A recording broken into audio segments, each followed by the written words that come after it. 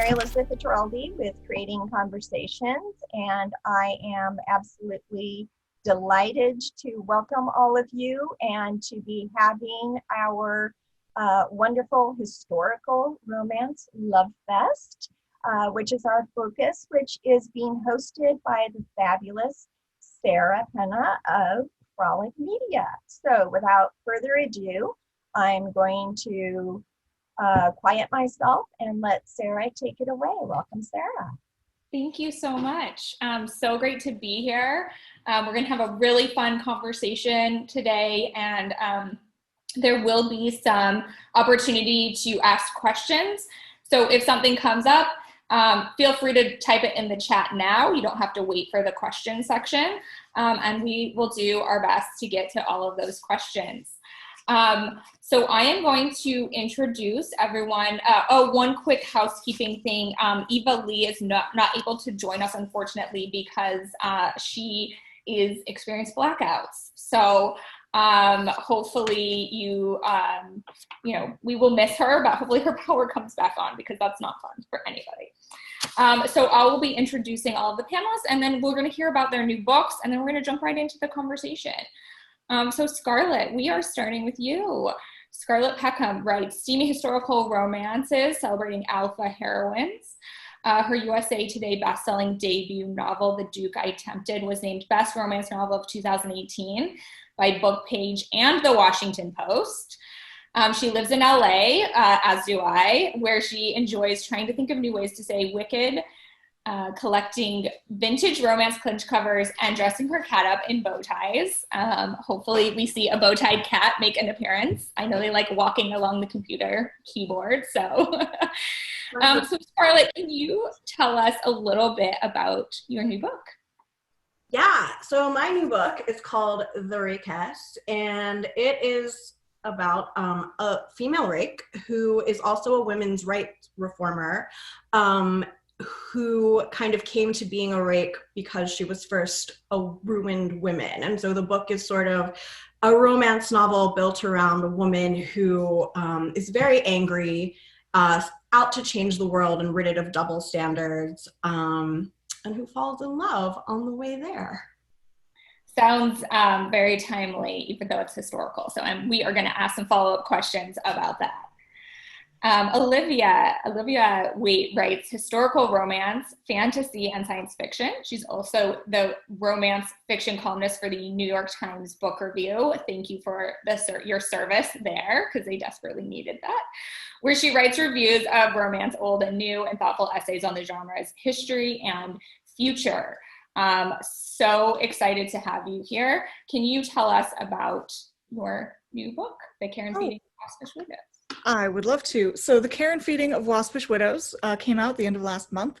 It's set in 1820. It's a small town regency. It's a long, slow, the slowest possible burn. So if you like your friends to lovers, if you like acres and acres of pining, this is your book. It's about a widowed engraver who finds a colony of bees in her warehouse and has to enlist the help of a local beekeeper to get them out. And she and the beekeeper slowly become friends. They write letters, they start visiting, they fall in love. And there's absolute political nonsense going on at the same time. So it's like garden walks and like friendship letters, and then like, weaponized bees taking down the local law enforcement, that kind of thing. So amazing. And we definitely have some fans of the book who have already had a chance to read it in the chat section. So Vanessa Riley writes historical fiction and historical romance, Georgian, Regency, and Victorian, featuring hidden histories, dazzling multicultural communities, and strong sisterhoods. She promises to pull heartstrings, offer a few laughs, and share tidbits of tantalizing history. Vanessa holds a doctorate in mechanical engineering from Stanford and several other degrees from Stanford and Penn State. Yet her love of history and lattes have overwhelmed her passion for math, leading to the publication of over 20 titles. She is the president-elect of the Beau Monde, a specialty chapter focusing upon Regency history. I hope I said that right. And she is also a member of the Georgian Romance Writers, NINC, and the Historical Novel Society, and a board member of the Christian Book Lovers Retreat. She enjoys writing on her southern porch with proper caffeine, and I can understand why you need caffeine because you are so busy. Oh my goodness, doing so many things. Can you please tell us about The Duke, a Lady, and the Baby, which is beautifully featured behind you? And, spam shot, right? The Duke, the Lady, and the Baby is about an alpha Duke straight off the battlefield who's lost his swagger, and a West Indian heiress who's lost everything. And together they've got to come up with a future that's safe for a precious child named Lionel. Lionel kind of rules the world. He inherited everything when the heroine's husband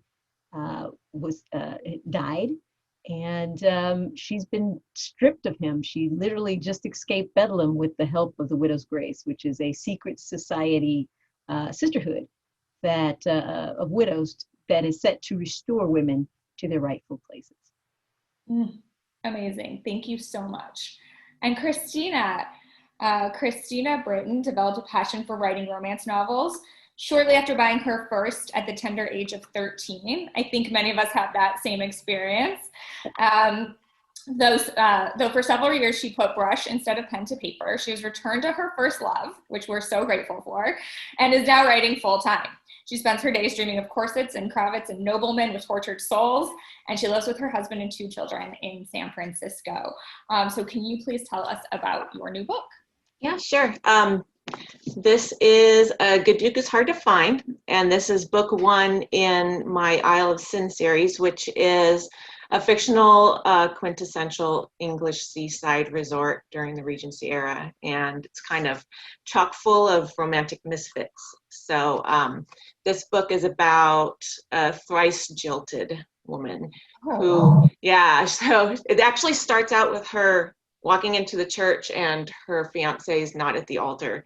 So she gets very publicly jilted. So she goes to the Isle of Sin and winds up meeting Peter Ashford, who's the heir to the Duke of Dane, and he's very bitter and is out for revenge. So that's what it's about.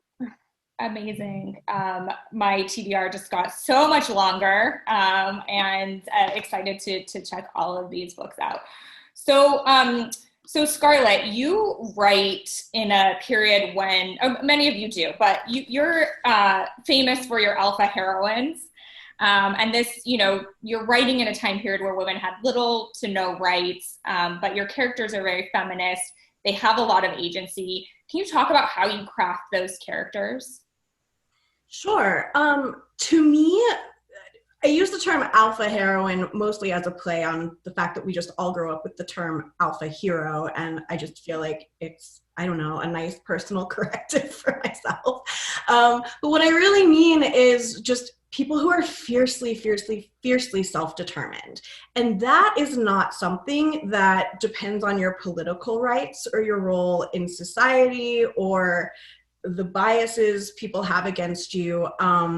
I feel like every woman that I know has always been extremely driven and, wants the best for her own life and the life of her loved ones. So even though I write in an era where absolutely women's rights were prescribed, they are pushing back against that, and some books more explicitly than others, but the journey that they're on is really to fight tooth and nail to get the kind of happiness that they want in any way that they can, regardless of the power structures in place. So some of them use their feminine wiles, and some of them use their skill at business, and some of them just try to burn it all down on the podium, railing against injustices. But yeah, they're just, they're using whatever talents they have to find happiness. And do you think that are you surprised that people are surprised by alpha heroines in historical? Or do you think that it's just not been represented enough, and it's how things were back then? There were women who were like this, but. Yeah, I don't think that many readers, well, I could be misspeaking, but I think lately, in the past, 5 to 10 years, maybe longer, there has been more of a push in historical romance to have incredibly sort of, characters with a lot more agency, even if they happen to be a retiring spinster or blue stocking or something. So I don't think all readers are particularly shocked by it, but you will sometimes get people who, you know, will send you a letter that says like, people didn't fight for women's rights in 1790. And it's like, no, like literally this book is based on Mary Wollstonecraft. I promise you they did, you know? Yeah. Yeah. That's so amazing. Yeah. Yeah, absolutely. And Elaine in our chat says, thank you for your excellent writing and your strong heroines. It's such a treat to read. So Olivia, I haven't had the chance to read Kerwin Feeding, but I love Ladies' Guide so incredibly much. It is wonderful and such a beautiful book. Can you talk about writing female stories in a historical setting? What research did you have to do to kind of get the details right? I love sort of, you've talked in the past about this idea of gender segregation where, you know, you sort of have this cover of, you know, women were allowed to kind of hang out with women a lot. And no chaperone kind of thing. So can you just talk about that research and what it's like to set a female historical in a historical period? Well, I mean, one of the great problems of writing queer lives in a historical setting is the question of visibility, because certain queer lives were incredibly visible and others were very much erased. So different pairings will come with different challenges. And I find, especially as somebody who started off writing MF romance and did that for my first 6 books, it felt like FF romance had both like a lot of cheat codes and a lot of new obstacles. And so it was kind of a relearning process. The chaperone thing is the big one where I'm like, I don't have to find excuses for them to be alone together. They can just decide to hang out and say, okay, so then why aren't they making out right now? You know, like things like that. And then it becomes much more about, it let me focus on kind of the emotional back and forth between them as opposed to whether or not there was even an opportunity. And that's part of the interesting tension of MF romance in a historical setting is you have that kind of barrier to overcome. So you can do a lot of the emotional work in a different way. But there was also a freedom in just saying, look, these characters have to kind of confront themselves more directly because they don't have that same social barrier in place. And at the same time, there's obstacles to say, like, you know, these women are not going to be able to get married, except that, of course, the further you research, the more you find that people absolutely did get married, even if they weren't legally allowed to. There's actual like records of so many priests and vicars from the time saying, a young couple came to me asking to be married, and I could tell that they were both women, so I told them to get out. You know, like it happened all the time. People don't make laws for things that people aren't trying to do, is what it comes down to. So Right. Absolutely. For me, it's about sticking to the specifics rather than generalizing. Yeah. Absolutely. Thank you. And Vanessa, speaking of that, sort of how do you craft, you write mostly in Regency, and how do you craft obstacles in historical are sort of, for me, one of the most fun things to read, the different kind of social, the mores and laws and the lack of technology that existed back then. How do you craft that tension between your characters and your Regencies? The tension is something that we work at. And for me, I usually find tidbits of information that blows my mind. And I'm like, well, my readers have to know this too. So my hero is an amputee. And I was reading about the Marquess d'Anglès. He was one of the first recipients of a reticulating leg. So it had gears and catgut for the muscle action and whatnot. And this is a technology that you wouldn't think about. So most people think it's just a stump or some sort of attachment, but there were so many veterans and so many people that were affected by the wars, because you remember, you've got the War of 1812, you're still recovering from the American Revolutionary War, then you have the Peninsula Wars that are going on. There are a lot of men and women that are getting injured, and one doesn't really think about these veterans. So when I find these little tidbits of technology or just to answer that greater question, I have to put it in the book. Yeah. Yeah. Christina, how do you, where does inspiration come from for you for your books? Where are you finding this? What drew you to writing historical? in the first place? What drew, I was like obsessed with anything historical from the time I was super young. Like I was always really just focused on it. And the first book that I ever picked up that was a romance was a historical. And that's literally all I read. I would go to like Goodwill and just pick up every single historical romance I could find and just come home with like a huge bag and just pour over them. I've just always been really, really fascinated with history my whole life. Yeah, it's so, I think it's exciting to escape into a world that you're familiar with, but not, obviously haven't lived through. So for everybody, and I'll call on you guys because you can't see where I'm pointing, what the world that you set your characters in is so important in historical because it comes with rules, with its own set of characters. So what are some challenges that you face when you're building the world for your historicals? And Scarlett, we'll start with you. Challenges I face.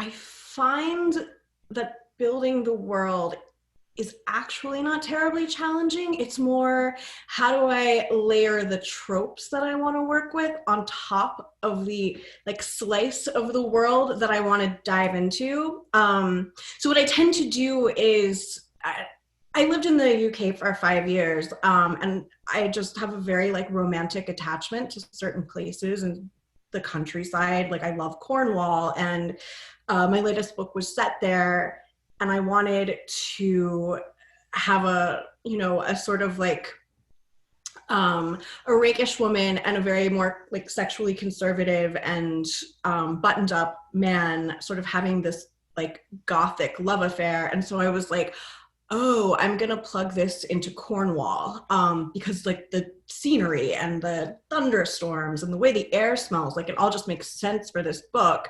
And then from there, just doing a ton of research on what was this place like in the late 18th century, like what was going on. And then from there, like I figured out which festivals they would have been participating in and how, political discord might have manifested in a small town there based on other things that happened around a similar time. So it's not that it's so hard, it's that it's just the more specific you are, I think the more it comes across to readers as being, absorbing and sensory and just pleasurable to read. So it's fun to build a world in romance. It's really fun. Yeah, absolutely. And Vanessa, how do you go about building your world? I literally have maps because if I sit you into a particular area within London, I want you to feel like you're there. And characters spend a lot of time in carriages. Well, you're going to look out the window and you've got to know what buildings, know what streets. And so literally, if I mention a street, that's an actual street that existed during that particular time window.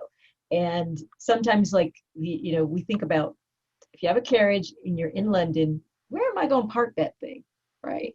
There's got to be a muse someplace. And so I have maps that lay out where the King's Muse is and these different things, because sometimes situationally within somebody's running after somebody has to catch somebody. Well, where are you going to catch them if you don't know where you parked your carriage?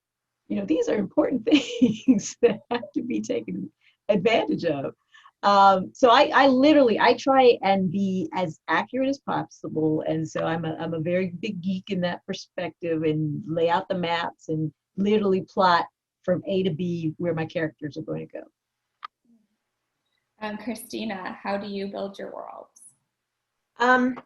I do have a lot of maps too. I bought this one map in London when I went, that was all just like 1800 streets in London. And it's like my favorite book, and it's so dog-eared, and Vanessa knows what I'm talking about, I can see.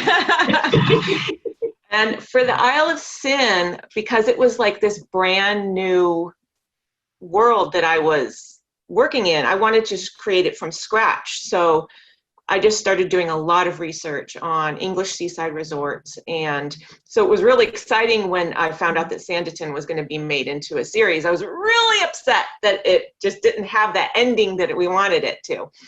So if you want an English seaside resort with a happily ever after, you know where to find it. But but yeah, I did a lot of research on English seaside resorts, and just all the little nuances, and just trying to make it as immersive as possible. I want you to be able to, smell the air and hear the waves crashing, and just feeling the breeze. And so I was trying to just get into that world, and it's a lot of fun. Yeah. Yeah, I do appreciate everyone, like in historical, I find that it's so important to paint that picture and to really feel like you're there, and the sights and the smells, and they are different than what we experience today. And so that it is important to kind of immerse the reader. And Olivia, how do you build your worlds? Well, like Vanessa and Christina, I'm absolutely obsessed with maps and always have been. In fact, I actually drew one for Waspish Widows that ended up in the front of the book. So there's actually a map to this small town of Melliton, and I based it on an old woodcut map of London. And so I had fun like drawing little like engraving marks, and like I went all out. And part of the reason why I wanted to put a map in the front is because I read so much and still read so much like sci-fi and fantasy. So the map becomes kind of where you start, and then you start putting in the details. And when you know who's farther away and who's closer, then you know something about their relationships. And from then it's just a question of world building. And you have, just like in like science fiction, you have the tech that's close up, that's integral, that's going to matter. And you have the sparkly stuff that creates the sense of texture. And so you have to be really specific about what's important enough to get the description and what you can just throw in like a sentence. And I like describing everything. So that's one of my challenges, is figuring out like how to kind of point that lens where it needs to go, which is one of the reasons I write. I love it. So yeah, it's amazing. And of course all the kind of opulence from back then also is so nice to see on the page and to see it described. That's one of my favorite pieces when you're in like a big, a duke's house or something. I love having that description. It really draws you into that world. So tropes are obviously such a fun thing to talk about, and wanted to hear from you guys your favorite tropes to write and kind of why you're drawn to that. So Vanessa, we'll start with you. I love a good marriage of convenience. Because, from the man's perspective, alpha-ish, beta-ish, a marriage of convenience is his last possible option, and he doesn't really want it, but for some reason it makes sense. For the woman, it's horrible because she's not getting love, and she's giving up all her rights, all her property, her name, everything goes away when she says I do. So the circumstances have to be extremely dire for her to agree to this union. So you have two miserable people that have now agreed to get married. And in the Regency, there's not exactly a thing called divorce. You could kind of go to Scotland and do some things, or you could do what they call a church divorce, where you separate and there's a financial agreements and things like that. But technically there is no such thing as divorce during the Regency proper. So you're two miserable people in a permanent commitment. Think about that. And the landscape that you have to, to bring these two people to a point where they are now in love and they really want this relationship. They want it to manifest, and it's making both their worlds better when they were at this point of it being absolutely horrible. I love marriages of convenience. I absolutely love that trope too. It's so fun. Christina, what are some of your favorite tropes to write? I think one of the ones I like is like the grumpy sunshine. I love a grumpy hero who just like falls to his knees for the heroine. That's like probably my absolute favorite. I love to see him just like be reduced to just, you know, being affectionate and happy with her because he just can't help himself. And yeah, I like a guy to be at a woman's mercy. Yes. I am known around the Frolic office as like the queen of grumpy heroes. Whenever there's a grumpy hero, they're like, Sarah, you need to read this book. I like these too. I think what's so great about a grumpy hero too is you kind of see this transformation, and it's always fun to kind of see that happening throughout a book. Scarlett. Only one bed at the inn. Like, so in the tank for only one bed at the inn. There are plenty of other tropes that I feast on, like house party is great, marriage of convenience is great, but there's something about only one bed at the inn, especially when they are on a road trip that becomes obstructed, which is why they have to stay at the inn. So you get, as Vanessa was talking about, the carriage ride, and then you wind up at the inn and it's like, oh shit. So fun, like can't get enough. So good, and you're always like hungry and dusty from the carriage ride. So good. Olivia, talk to us. Well, I never met a trope I didn't love, and I never met a trope I didn't want to write or twist or do something unique with. I have like way more ideas than time. And up until recently, I thought, I don't really have one favorite trope to write. I love a marriage of convenience like everybody. Only one bed. I think that shows up in most of my books at some point, but because it's just great. But right now I'm working on book 3 in the Feminine Pursuits series, and it's a heist. And it turns out I think I want to write heists for the rest of my life. This is so fun. You get to mess with people's heads, and you get to really give the audience a big emotional payoff at the end. And I just, like, bigger even than romance usually gets to be. This is like this huge, like, there's like 3 scenes that are like magic tricks, and I'm like, yes, let's do all of the magic tricks, all of these like carefully planned little like jewel boxes where you're shifting who knows what around, and a villain who really deserves to be taken down. And it's fun, all while we're like, you know, have these 2 characters falling in love, and it's just been an absolute treat. So for me, it's the heist. That's the number one. There is quite a bit of excitement in the chat about that, which I will also echo. Like I need to read that in my life right now. That is amazing. Heists are so fun. And I haven't seen a lot in heist romances. So I am very excited. I did watch Money Heist. I don't know if you watched that. There was some romance. I didn't know. I'm a Leverage fan from way back. So it's like Leverage, Ocean's 11, Ocean's 8, The Sting, all of those classic things. Like, and of course the Scarlet Pimpernel, which is heisty, I would say. Yes. So good. Well, we're all clearly, obviously, romance fans, historical romance fans here. But I do think that it's interesting that there are some misconceptions about historical romance. What have you guys encountered as you've been writing historical romance that's a misconception that you'd like to debunk? And I will put Christina on the spot. If you don't have any, no, it's fine. Probably the whole damsel in distress thing. Just like the woman is, you know, powerless, and they're not. They had power. You know, you just you don't hear much of it because it's all been kind of washed over and everything. So I think that definitely the damsel in distress is probably the one I'd like to say no. I love it when a heroine saves the hero. Yeah. I love that too.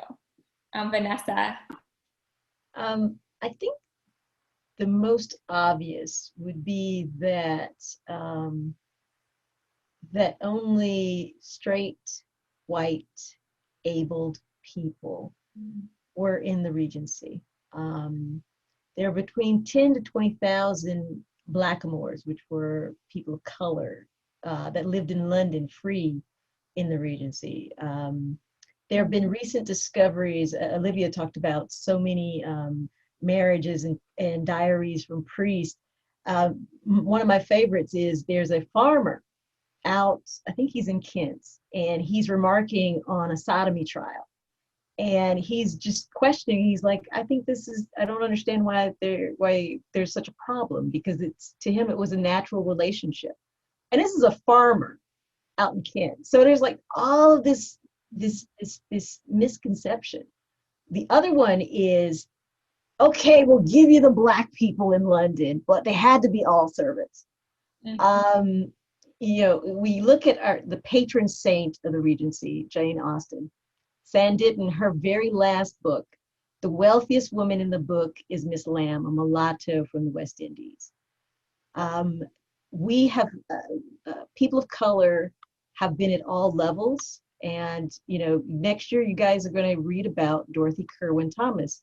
She had an affair with Prince William Henley, the future William IV, King of England. Black, beautiful, free, bought her freedom as well as the freedom of her family. And in the later sector of her life, she is a women's advocate. So we're talking, 1824. She is fighting for women of color to no longer be taxed against their wills in the colony of Demerara. Demerara is in Guyana, and she literally leaves Guyana, goes to London without an appointment, gets an appointment because when she goes, she dresses and looks like a queen, and he thinks it's one of the colonies, the queen's coming from one of the colonies, and he takes the meeting, and she is able to articulate why this taxation is wrong and gets it removed. But Dorothy Kerwin Thomas is a name you don't hear in history because it didn't fit the narrative. And so I'm so happy that now there's room at the table for all the stories. And that's the thing, it's all the stories. It is the alpha woman. It is abled. It's everything else. LGBT, I always get acronyms mixed up, but y'all know what I'm saying. I'm Southern, so I get to mix up stuff. But it's everything. Everybody has a seat at the table. Everybody gets to tell their piece of history. Everybody gets to see themselves in history. And that's why this time is so exciting. I thank you for saying that. And the chat also, Rosa wants to say thank you. And Joe says the erasure of real history is a crime. Danielle says, thank you, Vanessa. Such a great point. Hooray for inclusivity. Kate, sounds amazing.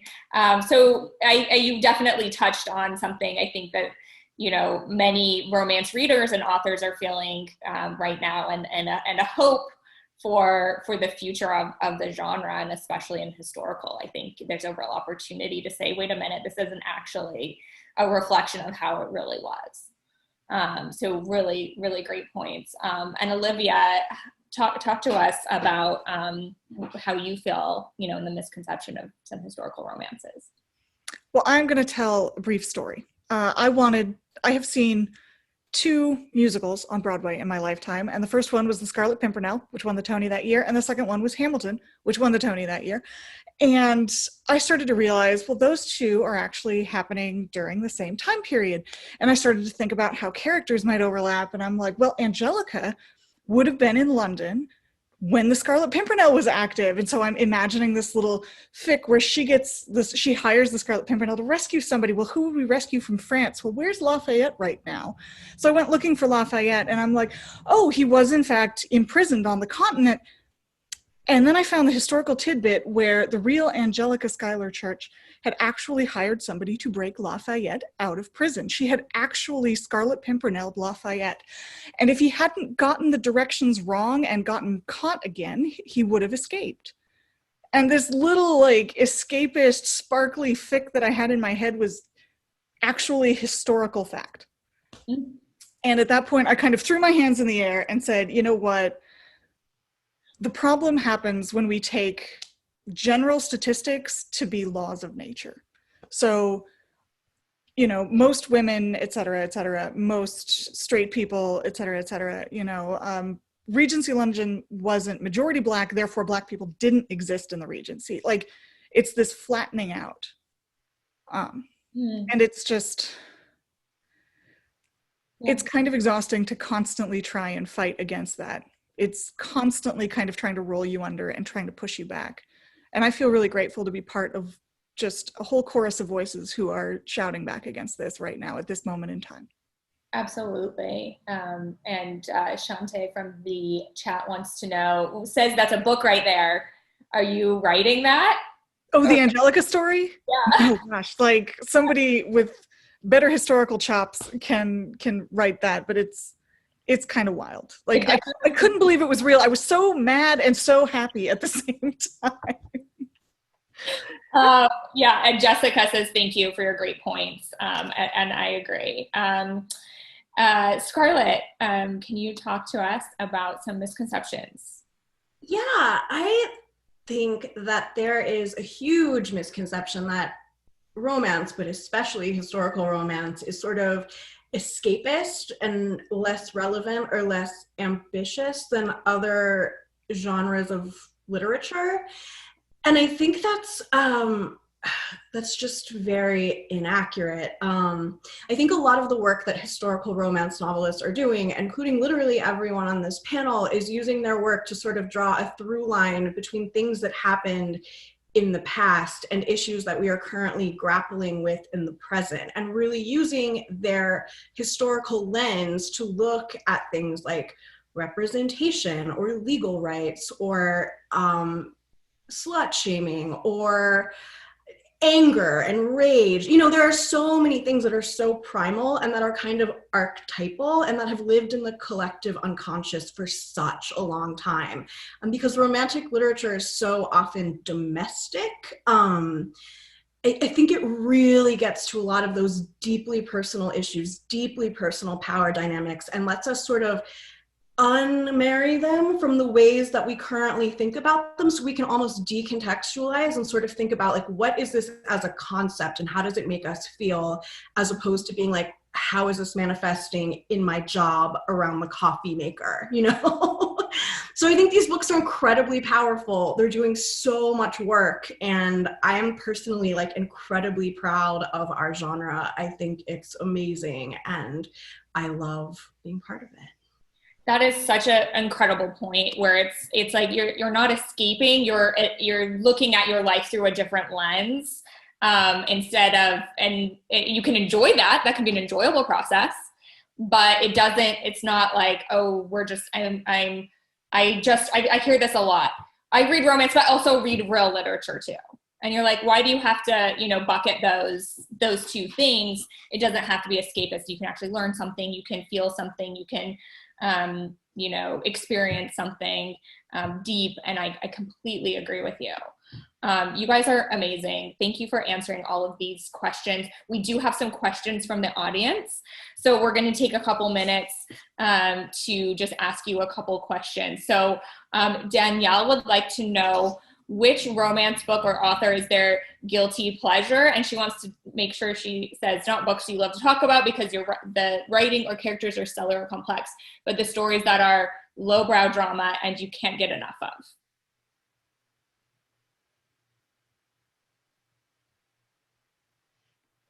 Anyone can jump in if they want to answer, sort of like, what's your, I know, guilty pleasure can be a hot button word.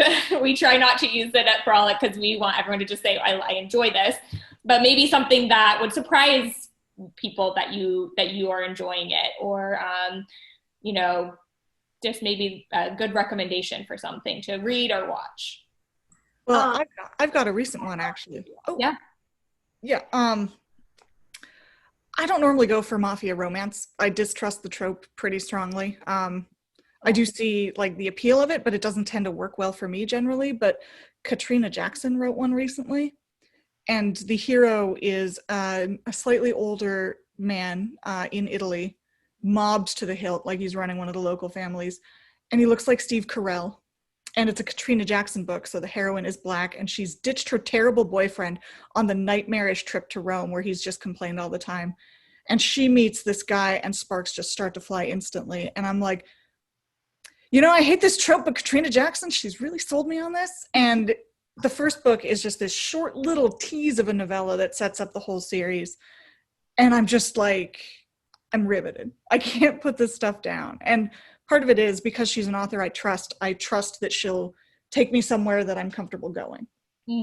And because so much of her work is about playing thoughtfully with power dynamics as opposed to just like reveling in the violence. But it's, the first book is called, the series is called The Family, and I think the first book is called Beautiful Dirty. And it's your classic Katrina Jackson, and it's super hot and super fun. So that's what I'm going to plug. I love that. I find sort of entering a genre that I'm not usually comfortable with through an author that I trust is always a good way to go. And people are very much agreeing with you in the comments that this is, Katrina Jackson's amazing. Her entire backlist is very good. The series is called The Family, Beautiful and Dirty, and The Hitman. So wonderful. We'll be adding that. Scarlett, did you have one you wanted to share? Well, mine is not actually romance. That's okay. That's okay.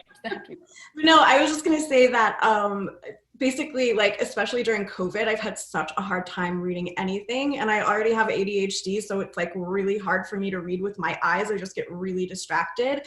So I love listening to audiobooks. I don't really consider it like a guilty pleasure, but I consider it like, I don't know, like a less active pleasure where I don't have to like think so hard to really take it in. And so that's nice. But really, like, in terms of lowbrow pleasures, like, I am Bravo shows. Like, it's not even books. Like, I just want to watch Real Housewives all the time. Like, literally all day would be fine with me. Do you have a good audiobook recommendation? I always find I'm always so intimidated to like invest in the audiobook. So I'm like, if I don't like the narrator, like I am out. So yes, I just read a really good one. Hold on, I have to look at the Audible app though, because I don't have any mental recall. Okay, no, that's totally fine. You can type it into the chat too. I don't want to always. Vanessa, did you have one? Wanted to share that? No, my guilty pleasures are more TV shows. Like all right, I'm a serial streamer, so like I'm streaming like the whole MythBusters, right? So from beginning to so those, and then American Pickers. Actually, American Pickers is my guilty pleasure. Oh. Those guys go in the dirtiest, nastiest places, but then they're like, "This is a treasure," and it's like $5,000, and I'm like, "It's crap. How can the crap be $5,000?" But I can't stop watching it once I get hooked into it. So I'm like, "Where are you going next?" So it's just American Pickers. Yeah, it can be. It's fine. It could be a TV show. It can be a book. Anything. Christina, do you have anything you want to? I actually never picked up a Harlequin romance until I think a couple of years ago, because I have friends that are writing Harlequin romances, so I decided to pick up some. I typically don't read anything but historical romance. So, but I read Susanna Irwin's Wanted Billionaire's Wife, and I read J.C. Leigh. She wrote Temporary Wife Temptation, and they were so good. They're just, I love them both. They're really, really good books. So I would say that's my big one. So good. And I have to just plug Money Heist again, because it's like the best. It's a little stressy. It's a little stressful because it's heist, but it is so good. And if you do watch it, do not watch it with the dubbing. Watch it with the subtitles, because the dubbing is terrible. But Netflix like automatically sets it to the dubbing thing, which I find very annoying. But there's definitely some romance in there, but not a romance. Do you guys in the audience, do you guys have some more questions for I love the engagement with all the stuff that people have been recommending. But do you guys have any questions? Oh, we have one from Joyce. Do you think getting a master's degree in writing is helpful to be a successful writer? And I will let anyone jump in and take that. Well, I would say if you feel you need it, then you get it. If you don't feel you need it, you don't need to do that. But you do need to study the craft. You do need to, do all the other things that one needs to do to understand how to construct a story, how to theme a story, how to do character development, how to interview, the individuals, so that you understand their goals, their motivations, their conflict, and my personal favorite, the lie that they've been told that shapes the lens of everything that they do, think, breathe, or hear. Mhm. Then you don't need an MFA. No. Thank you. That was really helpful. Does anyone else have a perspective on that? Well, I know that a lot of what I learned in grad school in terms of research comes in handy like a lot.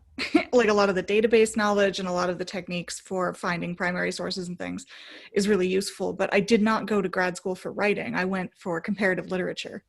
And so it was less about like, we didn't have like the workshops where we would throw our work up against other people's, but what we would do was take stories apart from various cultures and basically smash them together and then talk about it. Like I was a TA for one class, a teacher's assistant, and one of my TAs was studying like classical Persian poetry and the other was like ancient Chinese engineering texts. And we had to like find common ground to talk about. And it was so interesting. And I was over here doing Greek and Latin and Finnish. And like it was, so I think in terms of like taking the stories apart, it was really helpful and just seeing how much story is actually out there. But I was also able to do it because of the TA-ship. I didn't have to take on loans. So I would definitely watch out for the way that student debt is going to affect your future, especially if you're looking to go into writing. So maybe double think that. That's a really good point. Gives you less flexibility for sure. Christina or Scarlett, did you guys have any? Yeah, I personally do not have an advanced degree, and I have not found that it was in any way detrimental to my learning to write. I think writing is one of those things where like you sort of have to apprentice yourself on the page. Like it's totally fine to do that in a graduate program, be it simply by, being a scholar or getting an MFA.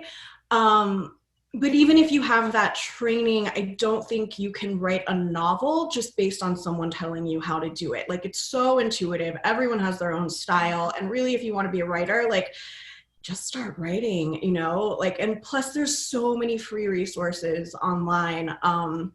So many craft books that you can get, on Kindle. Like it really is an accessible form of art that doesn't really require you to have tremendous financial resources to get started, which I think is amazing because so many doing fine art requires like these really expensive canvases and paints and gallery or studio space, and we don't need any of that. So that's really cool. Yeah, I mean, I guess that's my point. I don't think you need it. And I would completely echo what Olivia said. Like writing is not a trade that particularly that pays particularly well, particularly when you're like learning how to do it and starting out. So if you can avoid more debt, then I would recommend you avoid it. Yeah, if you're gonna be a writer, you're gonna be a writer. I went to grad school specifically because I thought I could be a professor and that would still scratch that itch. Did not work. I am here and a writer, and that's kind of, if you're called to it, you're gonna find a way to do it. And that's the superpower. I mean, from an early age, I was a writer. I was very specially, but my mama told me, go to school and make your money. And you go to school and make your money first, then you can do what you want to do. And look where we come right back to. We're back to the same passion, the early passion. But I can fix your car now. Yeah, I think that's a really good point. Christina. I don't have a degree in anything, to tell you the truth. But I think that I did take one creative writing course in college, and it was horrible because the very first day she put down romance. I mean, she literally, the very first day, called it bodice rippers and just put it down, which of course that was my passion. So I was just sitting there going, okay, now what?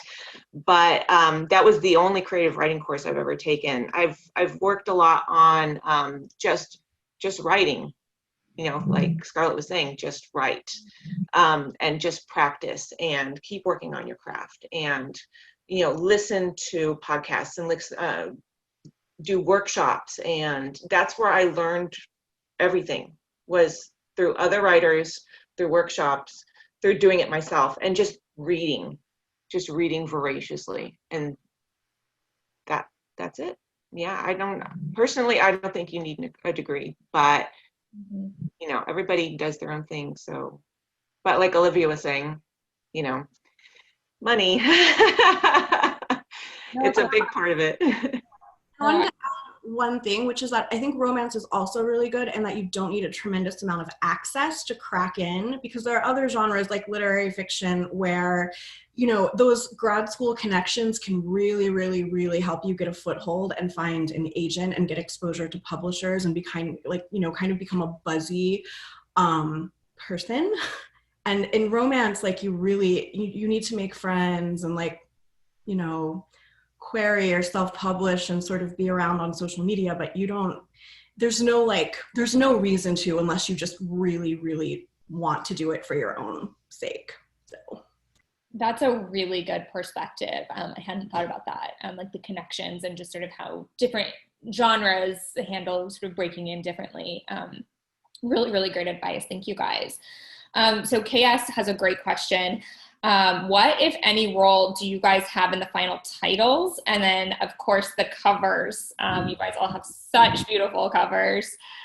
So what role do you play in both the titling and the cover art for the final books?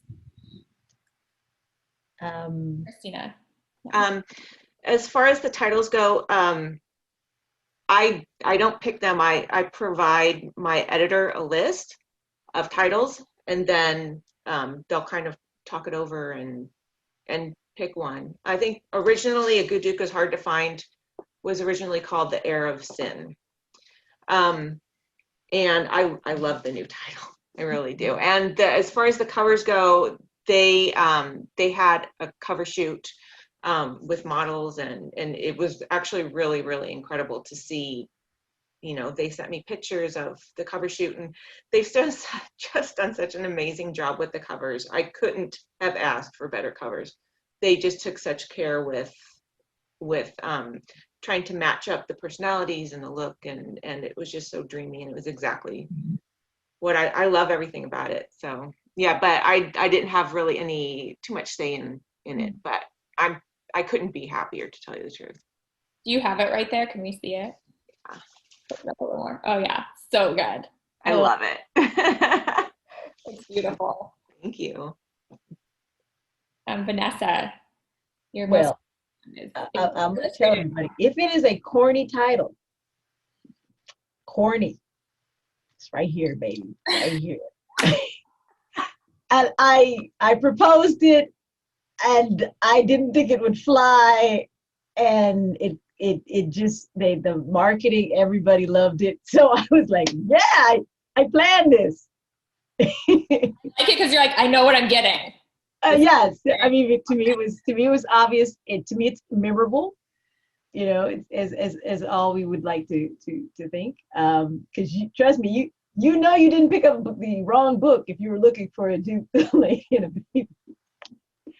Nothing else is titled like that. So with the cover, we decided we wanted to do something. I mean, oftentimes authors don't have choices and whatnot. But in our case at Kensington, we wanted to try something new. It was a different book. We went about things a little differently, and we wanted something that said, this is a different book, pay attention to me. And I think they accomplished that with this cover. I'm very excited about the cover. And for those who read me, that I love clenches. I love beautiful women in beautiful dresses. But I pretty much have used up all the stock art that's ever for all of my previous titles. This is title number 23. We're pretty done, so there's nothing left. Sorry. So like that is you're gonna, when you're scrolling through or looking on a website, like that is definitely a standout, or in a bookstore whenever we're allowed to go back to bookstores. That's definitely, it's beautiful. Olivia?